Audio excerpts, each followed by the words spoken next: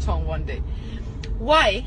Because when white people came to Africa, they came showing themselves as superior to the black people, digging out things that black people taught them.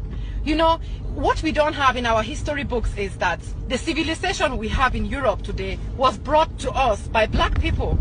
Even black people don't know that. Even many black people don't know that. They don't know that the Moors, they were West Africans and North Africans and Central Africans that came to Europe and ruled Spain. They brought civilization to us. They showed us how to use soap, how to be clean, how to behave like a decent human being, you know. All these things we didn't know that before the Moors brought civilization to Spain. Did you know that the Moors ruled in Spain for 700 years? Where is that in our history books? It's nowhere to be found. Because why?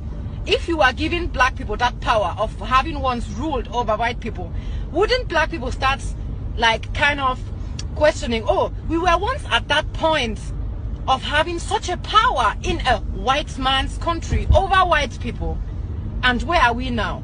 So of course they have to hide that history from you people, because knowing your true history is knowing your true power. And knowing your true power means you will break out from that system of racism as much as you can, because you can't. If white people will not stop racism, black people cannot stop being victims of racism.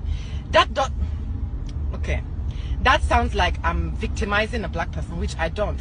The fact is, okay, I've said that before, I've used that example before, but I think it's just the perfect, it sums everything up. Okay, when you see a child that was sexually molested, or it mustn't even be a sexual molestation, if it was molested, would you walk up to that child and tell the child to stop whining about their molestation, stop crying about what happened to them and move on, because after all it was 5 years ago, your molester, is he not in prison? Can't you stop pulling the molester card and blah blah blah? Nobody would do that. No person that has senses would tell a child that was abused or molested to move on, or to even go out and fight against what happened to them. No, you will not do that. What you will do is you expect authorities to step up from that child and get justice on that child's behavior.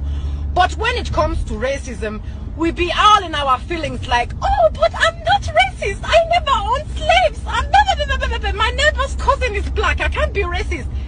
But it is not like that. I've seen white women raising black children, having black husbands, you know, and they are still racist.